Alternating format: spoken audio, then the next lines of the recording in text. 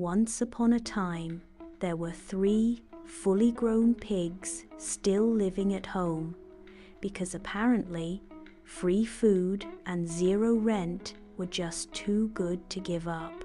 They loved the good life a bit too much.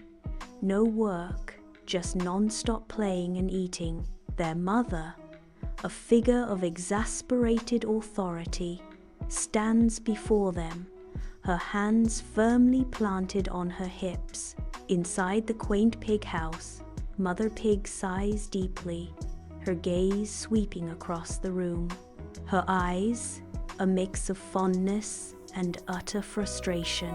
With a dramatic sweep of her arm, she declares, "You 3 are old enough to build your own houses and stop eating my emergency truffles." Her words echo through the cozy, truffle-scented home, challenging her offspring to venture into the world. The sun shines warmly on a dusty crossroads where 3 young pigs face the start of their journey. Percy, the most spirited of the trio, can barely contain his excitement as his eyes sparkle with mischief and his trotters dance with anticipation. With a gleam in his eye, Percy declares, "I'm going to build my house out of straw.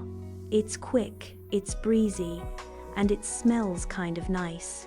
His voice rings with naive confidence, painting a picture of a carefree life built upon a foundation of straw and dreams. The air is filled with the sweet, earthy scent of straw as Percy imagines a cozy, sun-drenched home. The crossroads awaits, a silent witness to the choices that will define their destinies. The straw house is a wreck, straw scattered everywhere. Percy stands amidst the chaos, surveying the construction. With 0 concern, Percy shrugs and keeps strolling. Done. Now I can nap forever. Percy prepares for a long, well-deserved rest. Under the vast sky, Penny forages, her hands gathering the raw materials of the earth. Her brow furrowed, she assembles her finds. It's rustic. With a squint and a shrug, she stacks the pieces together. "Rustic," she mutters. Penny pauses, listening to the squirrel's remarks. Penny, with a dramatic flourish, flings herself into a hammock strung precariously between the stick walls. She falls back into the woven embrace, the flimsy structure groaning under her weight.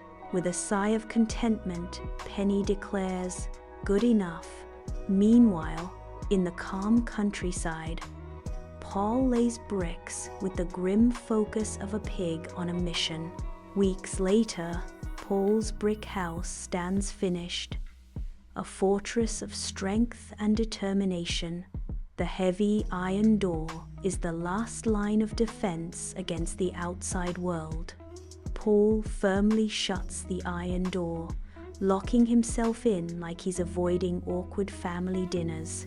The big bad wolf wanders into view, looking grouchy and a bit rumpled, definitely up to no good.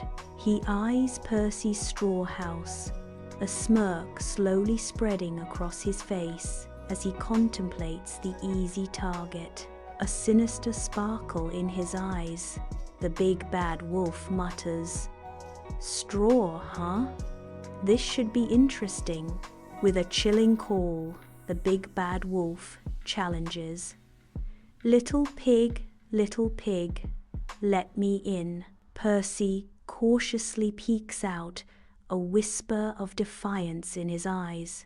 The wolf huffs, a storm gathering in its lungs, preparing to unleash its fury.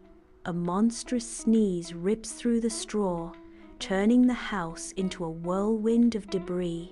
Percy's squeal pierces the chaos as he bolts, a tiny figure against the devastation. Percy arrives, breathless, a shadow hot on his heels as the flimsy stick house looms ahead. Unfazed by the impending danger, Penny lazily reclines in her hammock. The wolf, a looming menace, halts before the stick house, its shadow falling ominously over the fragile dwelling. The wolf's voice booms, a chilling demand shattering the calm.